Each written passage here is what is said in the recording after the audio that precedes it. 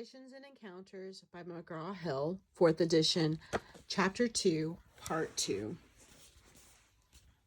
Meanwhile, as Cushites pushed into Egypt from the south, Assyrian armies equipped with iron weapons bore down from the north during the mid-7th century BCE. While building their vast empire the Assyrians invaded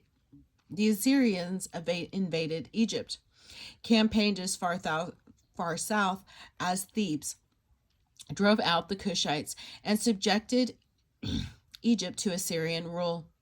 After the mid-6th century BCE, like Mesopotamia, Egypt fell to a series of foreign conquerors who built vast empires throughout the Southwest Asia and the Eastern Mediterranean region. The formation of complex societies and sophisticated cultural traditions.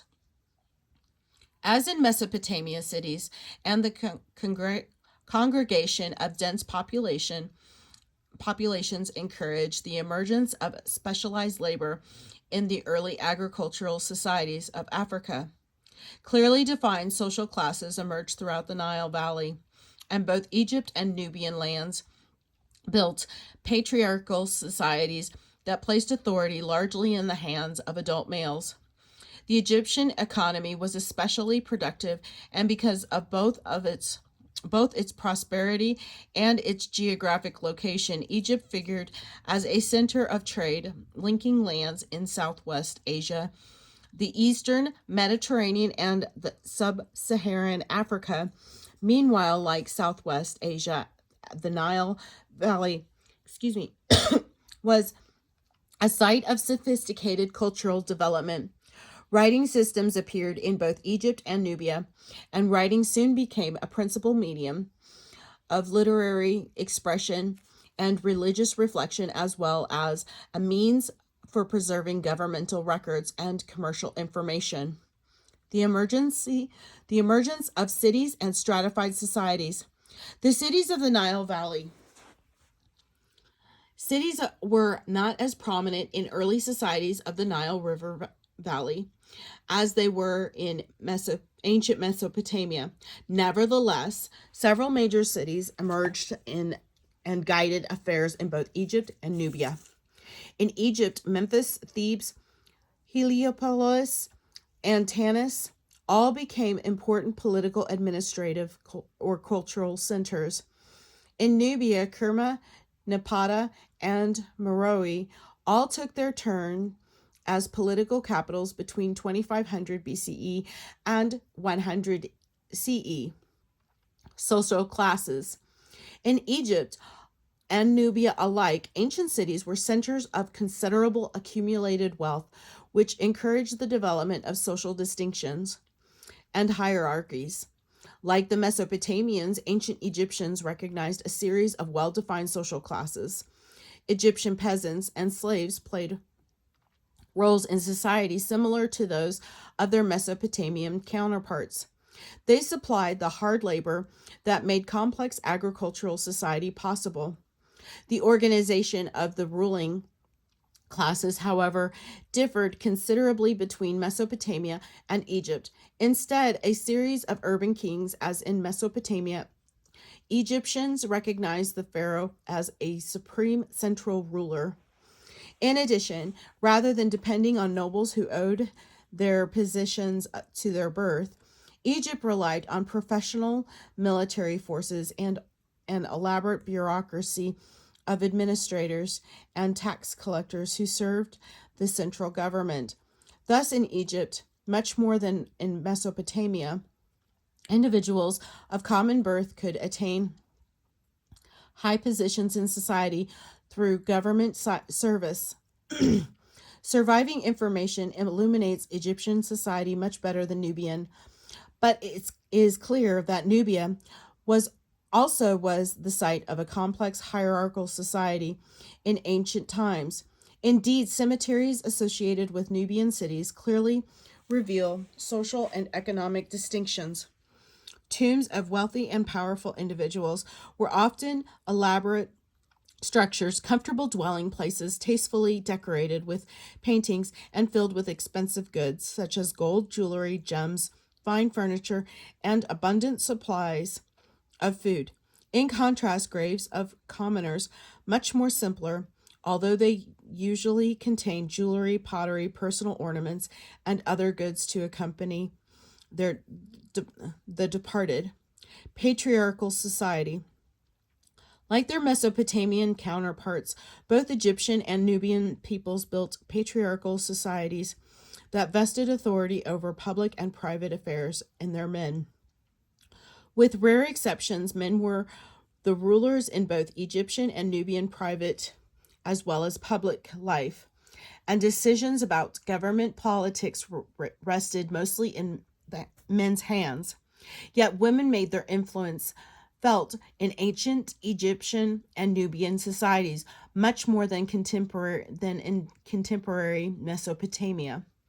In Egypt, women of the royal family sometimes served as regents for young rulers. In one notable case, a woman took power as a pharaoh herself. Queen Hatshepsut reigned from 1473 through 1458 BCE. Served as a co-ruler with her stepson Thutmose III. However, the notion of a female ruler may have been unsettling to many Egyptians. In what seems to have been an effort to present her in unthreatening guise, a monumental statue of Queen Hatshepsut depicts her wearing the stylized beard traditionally associated with the pharaohs. In Nubia, in contrast, there is abundant evidence of many women rulers in the kingdom of Kush. Some ruled in their own right, others reigned jointly with male kings, and many governed also in the capacity of regents. Meanwhile, other women wielded considerable power as priestesses in the numerous religious cults observed in Egypt and Nubia. A few women also obtained a formal education and worked as scribes. Economic specialization and trade. Excuse me. With the formation of complex city-based societies, peoples of the Nile Valley were able to draw on rapidly expanding stock of human skills. Bronze metallurgy made its way from Mesopotamia to both Egypt and Nubia, and by 1000 BCE, Sudanic peoples independently developed a technology of iron production that eventually spread to most parts of sub-Saharan Africa. Pottery, textile manufacture, woodworking, leather production, stone cutting, and masonry all became distinct occupations in cities throughout the Nile Valley. Specialized labor and the invention of efficient transportation technologies encouraged the development of trade networks that linked the Nile Valley to a much larger world. Bronze metallurgy. Nile societies were much slower than the Mesopotamian counterparts to adopt metal tools and weapons, whereas the production of bronze flourished in Mesopotamia. By 3000 BCE, use of bronze implements became widespread in Egypt. Only after the 17th century, when the Hyksos relied on bronze weapons to impose their authority on the Nile Delta. Although Egyptians equipped their own forces with bronze weapons after expelling the Hyksos, the high cost of copper and tin bronze out of the hands of most people. Indeed, bronze was considered so valuable.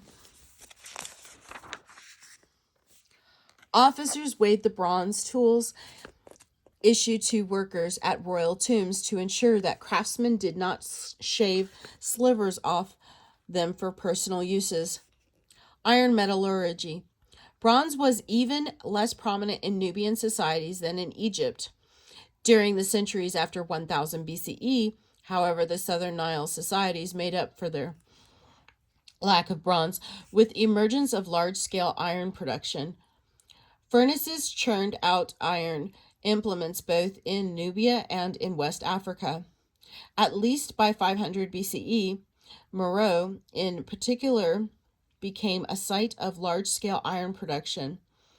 Indeed, archaeologists who excavated Meroe in the early 20th century CE found enormous mounds of slag still remaining from ancient times.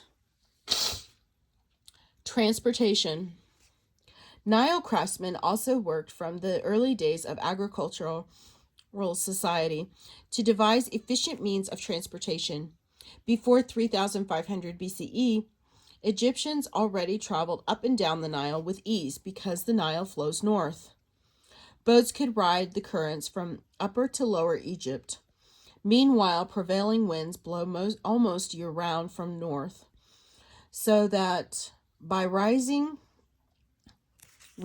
a sail, boats could easily make their way upriver from Lower to Upper Egypt. Soon after 3000 BCE, Egyptians sailed beyond the Nile into the Mediterranean, and by about 2000 BCE, they had also thoroughly explored the waters of the Red Sea, the Gulf of Aden, and the western portion of the Arabian Sea. Egyptians also made use of the Mesopotamian style wheeled vehicles for local transport, as well as donkey caravans for overland transport. In Nubia, navigation on the Nile was less convenient than in Egypt because unnavigable cataracts made it unnecessary to transport goods overland before continuing on the river. Moreover, sailing ships heading upriver could not negotiate a long stretch of the Nile around the fourth cataract because the winds blow the same direction that currents flow. As a result, Nubian societies had to rely more than the Egyptians, and overland transport by wheeled vehicles and donkey caravan. Trade networks.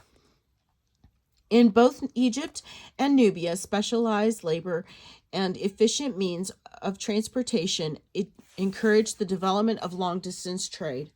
By the time of the Old Kingdom, trade flowed regularly between Egypt and Nubia. Exotic African goods such as ivory, ebony, leopard skins, ostrich feathers, gemstones, gold, and slaves went down the Nile in exchange for pottery, wine, honey, and finished products from Egypt. Among the most prized Egyptians' exports were fine linen textiles woven from the flax that flourished in the Nile Valley, as well as high-quality decorative and ornamental objects such as boxes, furniture, and jewelry, produced by skilled artisans. Egyptian merchants looked north as well as south. They traded with Mesopotamians as early as 3500 BCE, and after 3000 BCE, they were active throughout the eastern Mediterranean basin. Since Egypt has very few trees, Egyptian ships regularly imported huge loads from Lebanon. Pharaohs especially prized aromatic cedar for their tombs, and one record from about 2600 BCE mentions an expedition of 40 ships hauling cedar logs in exchange for cedar. Egyptians offered gold, silver, linen textiles, leather goods, and dried foods such as lentils. After the establishment of the New Kingdom, Egyptians also traded through the Red Sea and the Gulf of Aden with an East African land they called Punt, probably modern-day Somalia and Ethiopia. From Punt, they imported gold, ebony, ivory, cattle, aromatics, and slaves. Thus, in Southwest Asia, specialization of labor and efficient technologies of transportation not only quickened the economies of complex societies in Egypt and Nubia, but also encouraged their interaction with peoples of distant lands. Early writing in the Nile Valley. Hieroglyphic writing. Writing appeared in Egypt at least by 3200 BCE, possibly as the result of Mesopotamian influence. As in Mesopotamia, the earliest Egyptian writing was pictographic, but Egyptians soon supplemented their pictographs with symbols representing sounds and ideas. Early Greek visitors to Egypt marveled at the large and handsome pictographs that adorned Egyptian monuments and buildings. Since the symbols were particularly prominent on temples, the visitors called them hieroglyphs. From two Greek words meaning holy inscriptions, hieroglyphic writing also survives on sheets of papyrus, a paper-like material fashioned from the insides of papyrus reeds, which flourished along the Nile River. The hot, dry climate of Egypt has preserved large numbers of papyrus texts bearing administrative and commercial records, as well as literary and religious texts. Although striking and dramatic, hieroglyphs were also somewhat cumbersome. Egyptians went to the trouble of using hieroglyphs for formal writing and monumental inscriptions, but for everyday affairs they commonly relied on the hieratic priestly script, a simplified cursive form of hieroglyphs.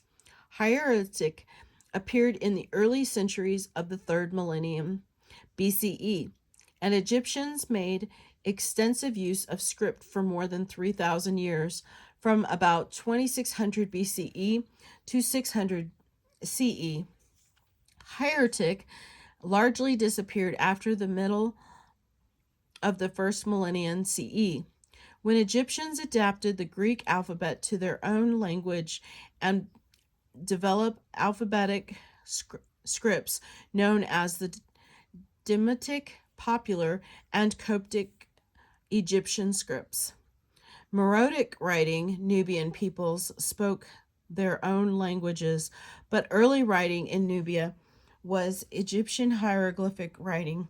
Indeed, over the centuries, Egypt wielded great cultural influence in Nubia, especially during times when Egyptian political and military influence was strong in the lands. After about 5th century BCE, however, Egyptian cultural influence declined noticeably in Nubia after the transfer of Kushite capital from Napata to Meroe.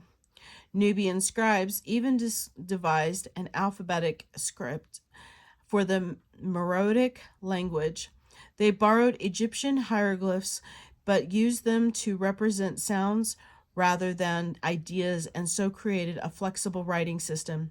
Many Meroitic inscriptions survive both on monuments and papyrus. However, although scholars have ascertained the sound values of the alphabet, the Meroitic language itself is so different from other languages that no one has been able to decipher the Meroitic texts. The development of organized religious traditions. Amun and Ra.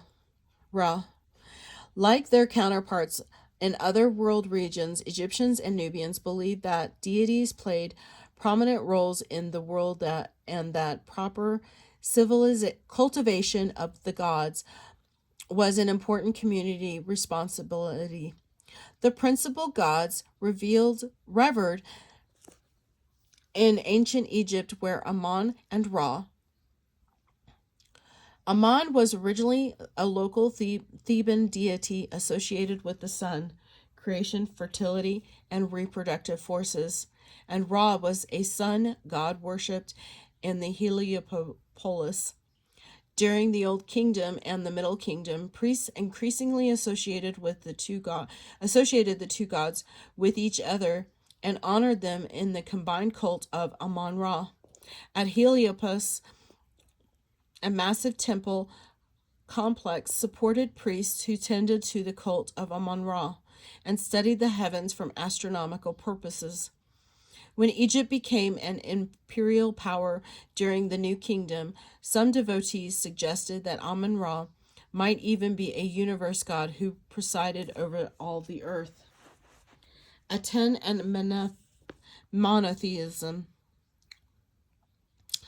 For a brief period, the cult of Amun-Ra faced monotheistic challenge from the god Aten, another deity associated with the sun. Aten's champion was Pharaoh Amenhotep IV, reigned from 1353 to 1335 BCE, who changed his name to Akhenaten in honor of his preferred deity. Akhenaten considered Aten the word sole God, like whom there is no other. Thus, unlike priests of Amun-Ra, most of whom viewed their god as one among many, Akhenaten and others devoted to Aten considered their deity the one and only true God. Their faith represented on one of the world's earliest expressions of monotheism, the belief that a single God rules over all creation. Akhenaten built a new capital city called Akhenaten, Horizon of Aten, located at modern Tel El Armana, where broad streets, courtyards, and open temples allowed unobscured vision and constant veneration of the sun. He also dispatched agents to all parts of Egypt with instructions to encourage the worship of Aten and to chisel out the names of Amun, Ra, and other gods from the inscription of the temples and public buildings. As long as Akhenaten lived, the cult of Aten flourished. But when the pharaoh died, traditional priests mounted fierce counterattack, restored the cult of Amun-Ra to privileged status, and nearly annihilated the worship and even the memory of Aten. Mummification. Whereas Mesopotamia believed the Gilgamesh that death brought an end to an individual's existence, many Egyptians believed that death was not an end so much as a transition to a new dimension of existence. The yearning for immortality helps to explain the Egyptian practice of mummifying the dead. During the Old Kingdom, Egyptians believed that only the ruling elites would survive the grave. So they mummified only pharaohs and their close relatives. During the Middle and New Kingdoms, however, Egyptians came to think of eternal life as a condition available to normal mortals as well as members of the ruling classes. Mummification never became general practice in Egypt, but with or without preservation of the body, a variety of religious cults promised to lead individuals of all classes to immortality. The Cult of Osiris. The Cult of Osiris attracted particularly strong popular interest. According to the myths surrounding the cult, Osiris's evil brother Seth murdered him and scattered his dismembered parts throughout the land, but the victim's loyal wife, Isis, retrieved his parts and gave her husband a proper burial. Impressed by her devotion, the gods restored Osiris to life as god of the underworld, the dwelling place of the departed. Egyptians also associated Osiris with immortality and honored him through a religious cult that demanded observance of high moral standards. Following their deaths, individual souls faced the judgment of Osiris, who had their hearts weighed against a feather symbolizing justice. Those with heavy hearts, carrying a burden of evil and guilt, did not merit immortality, whereas those of pure heart and honorable deeds gained the gift of eternal life. Thus Osiris's cult held out hope of eternal reward for those who behaved according to high moral standards. Nubian religious beliefs. Nubian peoples observed their own religious traditions, but very little written information survives to throw light in their religious beliefs. The most prominent of the Nubian deities was the lion god Apedemic, often depicted with a bow and arrows, who served as war god for the kingdom of Kush.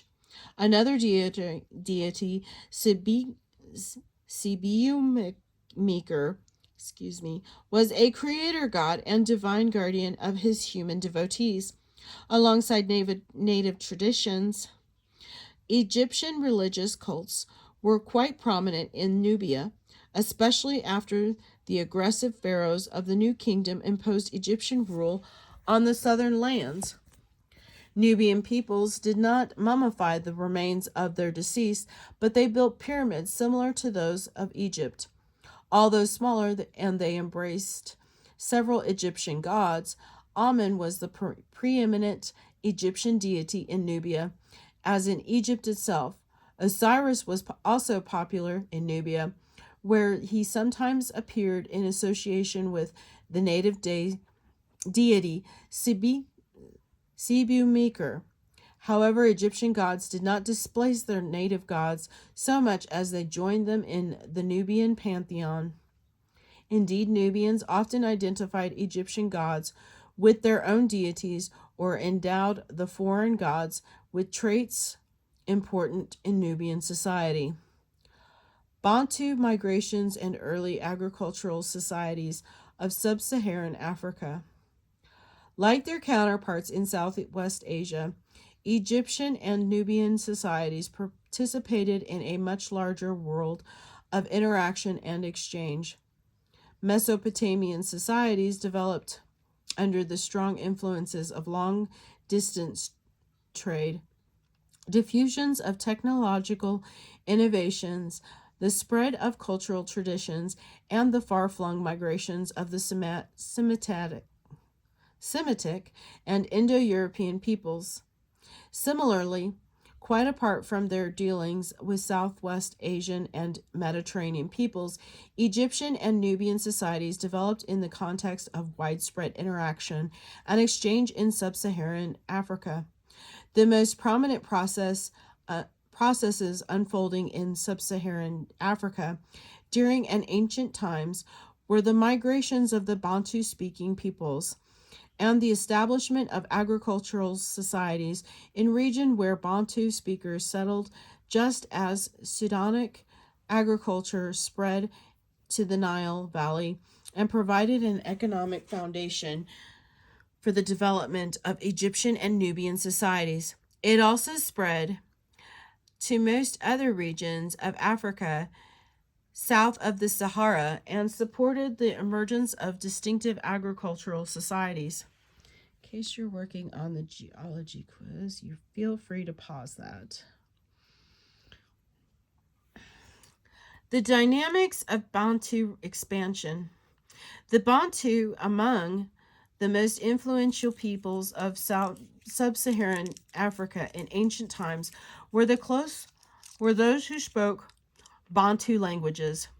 The original Bantu language was one of many related tongues in the larger Niger-Congo family of languages widely spoken in West Africa. After 4000 BCE, the earliest Bantu speakers inhabited a region embracing the eastern part of modern Nigeria and the southern part of modern Cameroon. Members of this community referred to themselves as Bantu, meaning persons or people. The earliest Bantu speakers settled mostly along the banks of rivers, which they navigated in canoes, and in open areas of the region's forests. They cultivated yams and oil palms, and in later centuries they added millet and sorghum. They also kept goats and raised guinea fowl. Guinea fowl. Pardon me. They lived in clan-based villages headed by chiefs who conducted religious rituals and represented their communities in dealings with neighboring villages. They traded regularly with hunting and gathering peoples who inhabited the tropical forest. Bantu cultivators provided these forest peoples with pottery and stone axes in exchange for meat, honey, and other forest products. Bantu migrations. Unlike most of their neighbors, the Bantu displayed an early readiness to migrate to new territories. By 3000 BCE, they were slowly spreading south into West African forests, and after 2000 BCE, they expanded rapidly to the south toward the Congo River basin and east toward the Great Lakes, absorbing local populations of hunting, gathering, fishing peoples into their own agricultural societies. Over the centuries, as some groups of Bantu speakers settled and others moved onto new territories, their language is differentiated into more than 500 distinct but related tongues. Today, more than 90 million people speak Bantu languages, which collectively constitute the most prominent family of languages in sub-Saharan Africa. Like Indo-European migrations discussed in Chapter 1, the Bantu migrations were not mass movements of people. Instead, they were intermittent and incremental processes that resulted in the gradual spread of Bantu languages and ethnic communities as small groups moved to new territories and established settlements, which then became foundations for further expansion. By 1000 CEE, Bantu-speaking peoples occupied most of Africa south of the equator. The precise motives of the early Bantu migrants are unknown, but it seems like that population pressures drove the migrations when settlements grew uncomfortably large and placed strains on available resources. Small groups left their parent communities and moved to new territories. As they moved, Bantu migrants placed pressures on the forest dwellers, sometimes clashing with them over land resources, but often intermarrying and absorbing them into Bantu agricultural society. Iron and migration. After about 1000 BCE, the pace of Bantu migrations quickened as Bantu peoples began to produce iron tools and weapons. Iron tools enabled Bantu cultivators to clear the land and expand the zone of agriculture more effectively than before. While iron weapons strengthened the hand of Bantu groups against adversaries and competitors for land or other resources. Thus, iron metallurgy supported rapid population growth among Bantu, while also lending increased momentum to their continuing migrations. Early agricultural societies of the sub-Saharan Africa. Several smaller migrations took place alongside the spread of Bantu peoples in sub-Saharan Africa. Between 3500 and 1000 BCE, Southern Kushite herders pushed into parts of East Africa, modern-day Kenya and Tanzania, while Sudanese cultivators and herders moved into the upper reaches of the Nile River, now southern Sudan, and northern Uganda. Meanwhile, Mandi-speaking peoples who cultivated African rice established communities along the Atlantic estuaries of West Africa, and other peoples speaking Niger-Congo languages spread the cultivation of okra from forest regions throughout much of West Africa. Spread of agriculture. Among the most important effects of Bantu and other migrations were the establishment of agricultural societies throughout most of sub-Saharan Africa between 1000 and 5000 BCE. Cultivators extended the cultivation of yams and grains into East and South Africa. Modern-day Kenya, Malawi, Mozambique, Zimbabwe, and South Africa, while herders introduced sheep and other cattle to the region. About the same time, Bantu and other peoples speaking to Niger-Congo languages spread the intensive cultivation of yams, oil palms, millet, and sorghum throughout West and Central Africa, while also introducing sheep, pigs, and cattle to the region. By the late centuries BCE, agriculture had reached almost all of sub-Saharan Africa, except for densely forested regions and deserts. As cultivation and herding spread throughout sub-Saharan Africa, agricultural peoples built distinctive societies and cultural traditions. Most Bantu and other peoples lived in communities of a few hundred individuals led by chiefs.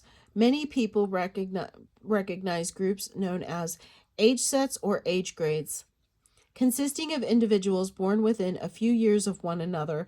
Members of each age set jointly assumed responsibility for tasks appropriate to their levels of strength, energy, maturity, and experience. During the early years, for example, members of an age set might perform light public chores. At maturity, members jointly underwent elaborate initiation rites that introduced them into adult society. Older men cultivated fields and provided military service, and women tended to domestic chores and sometimes traded at markets. In later years, members of age sets served as community leaders and military officers. African cultivators. African cultivators and herders also developed distinctive cultural and religious traditions. Both Sudanic and Niger-Congo peoples, including Bantu speakers, for example, held monotheistic religious beliefs by 5000 BCE. Sudanic peoples recognized a single impersonal divine force that they regarded as the source of both good and evil. They believed that this divine force could take the form of individual spirits, and they often addressed the divine force through prayers and intermediary